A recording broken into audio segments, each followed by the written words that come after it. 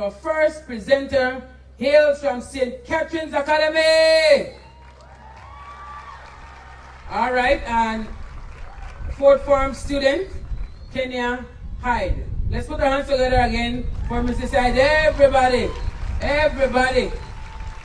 So, Belize is a beautiful country with beautiful people, always smiling, always happy.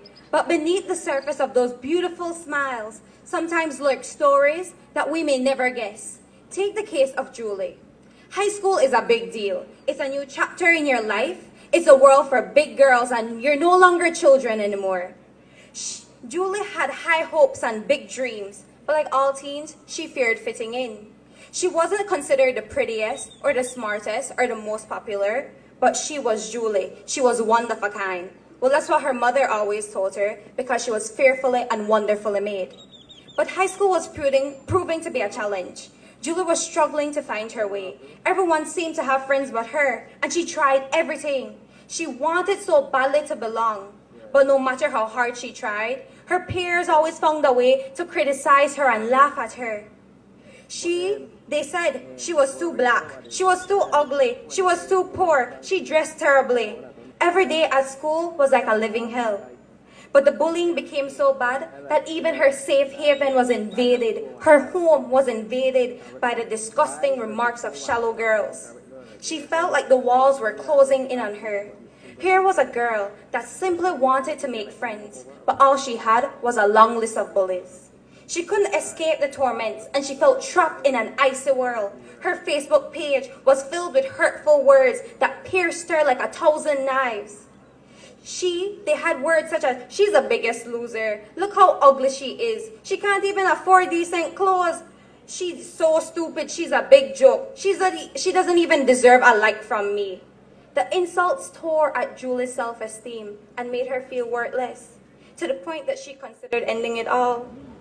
Julie tried to be tough until she couldn't anymore. She solved the problem the only way she knew how. She ended her life. That was Julie's story, a fictional story, but it could have easily have been Nicole, Christy, Jade, Paula, you, me. The name changes, but the situation remains the same. Cyberbullying has and continues to be the secret hand of violence. The question for you is, who are you? Are you Julie, or are you the shallow bully? Are you oblivious to it all? Do you speak life, or do you speak death? According to the dictionary, cyberbullying is a threatening, humiliating, or harming of another person or their reputation and self-esteem. It undermines the victim's ability to function, and it has become a commonplace with the advent of social media. This invasive form of bullying is referred to as a secret hand of violence because of the invisible double-edged sword that it is. This thought stems from bullies' perception that the harmful words, "I'm just joking. They're only kidding," they say. It's harmless banter. But have these people stopped to think about those on the receiving ends of those harmless jokes? Have they stopped and thought, maybe, just maybe, my words actually hurt? The simple answer is no, they don't. Cyberbullying happens for many of the same reasons as any other type of bullying, but it may be even more appealing because it can be done anonymously. These bullies are cowards that hide behind the screen of a computer like a shield. The reason why cyberbullying is a double-edged sword is because eventually the victim evolve into bullies themselves.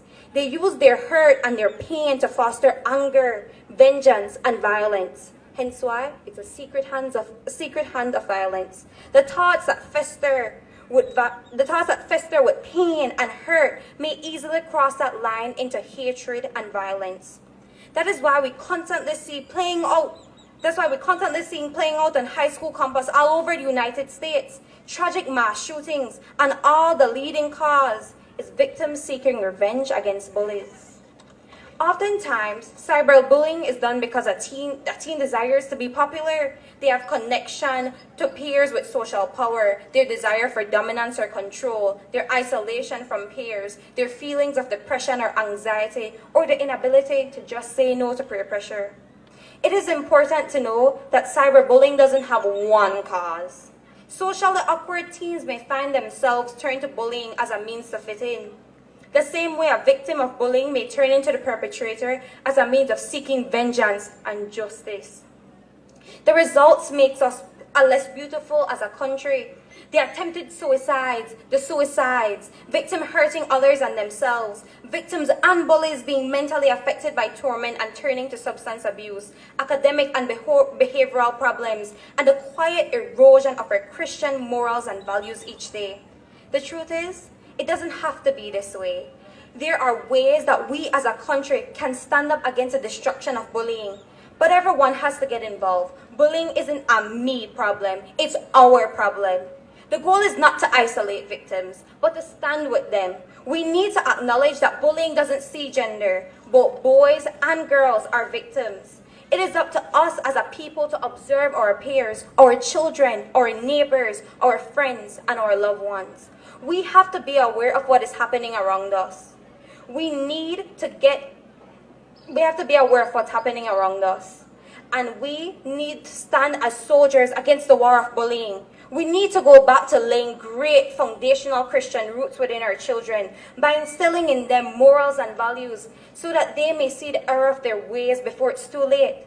Lastly, we can't be spectators. Teens shouldn't idly stand by wrong and witness bullying. They should make a stand and try to help that person or the future person. Because if the bully realizes that they can get away with it the first time, best believe there are going to be more victims.